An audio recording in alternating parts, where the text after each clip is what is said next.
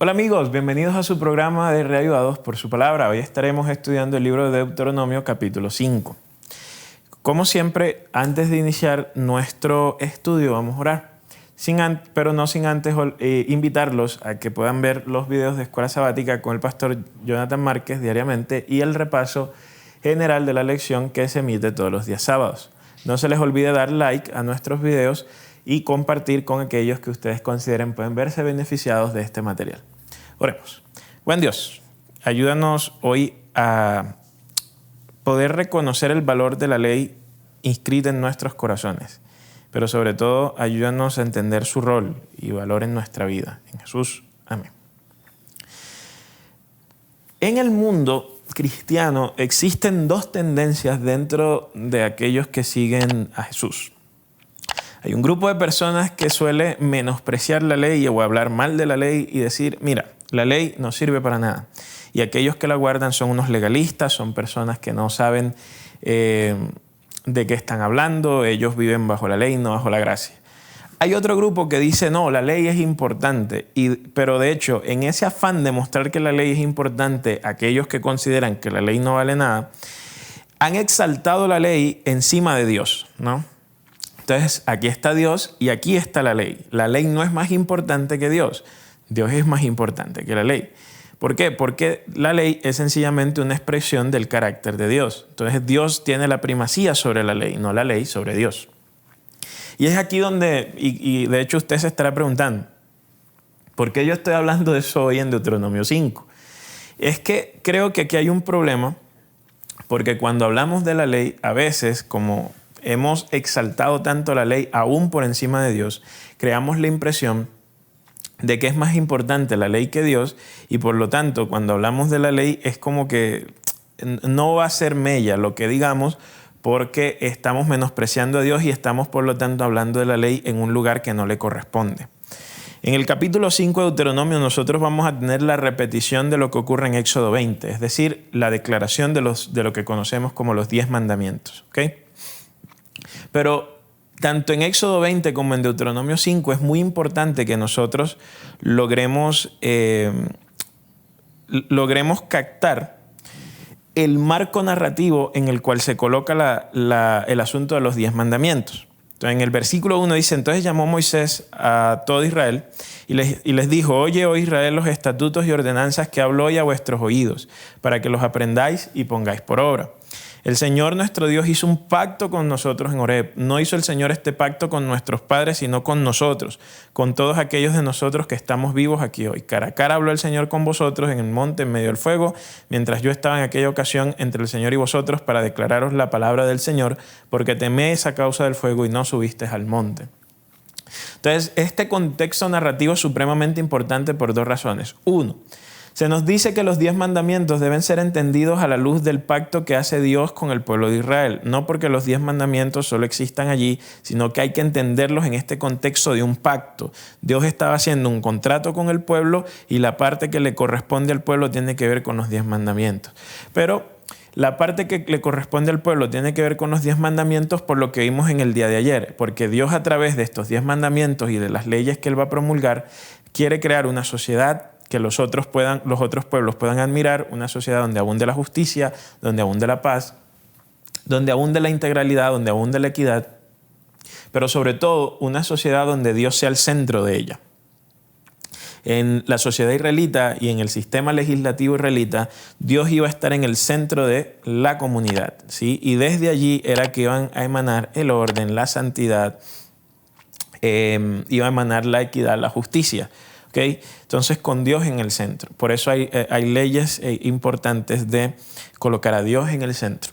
Entonces, los 10 mandamientos debemos entenderlos a la luz de esto. Es Dios haciendo un contrato con una nación diciéndole, mira, yo voy a hacer de ti un ejemplo y estos van a ser los principios que van a guiar el comportamiento social de ustedes. Los 10 mandamientos ustedes ya se lo saben. Los 10 mandamientos, de hecho, ya lo estudiamos en Éxodo 20. Entonces, básicamente los 2 mandamientos sabemos que no es que se resuman, pero sí sabemos que tienen 2 énfasis, un énfasis vertical y un énfasis horizontal. En el énfasis vertical nosotros vamos a tener la relación de Dios y el hombre y en el énfasis horizontal vamos a tener la relación del hombre con su semejante, con su prójimo.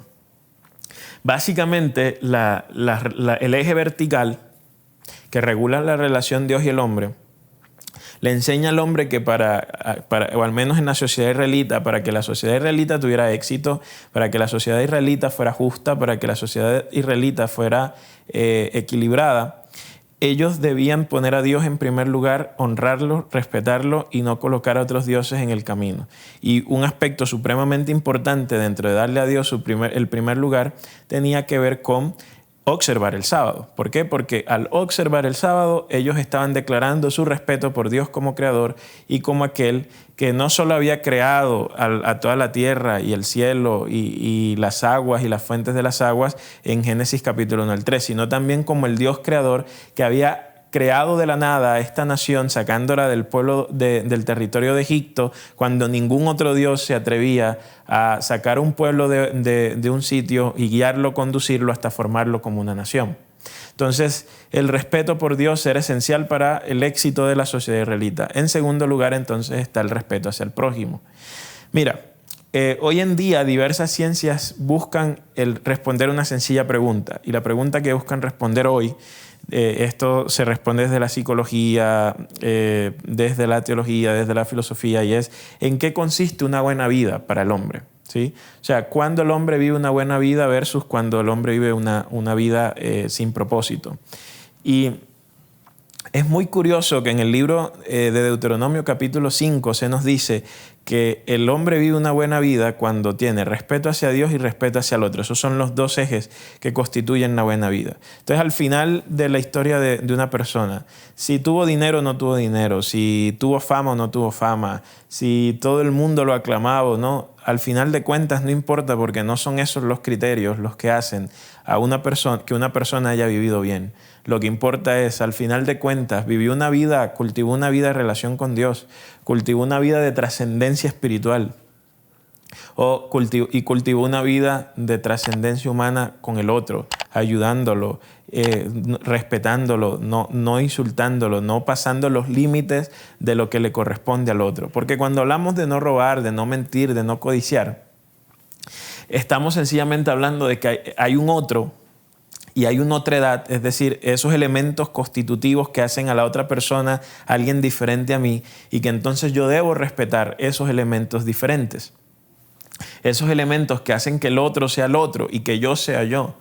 Entonces, una sociedad, o sea, hablamos ayer en el video de las sociedades ideales y de cómo las leyes crean sociedades ideales. Y lo que encontramos en Deuteronomio capítulo 5 es Dios diciéndole al pueblo de Israel que para construir una sociedad ideal había que respetar al otro y no pasar las barreras y los límites y las fronteras del otro.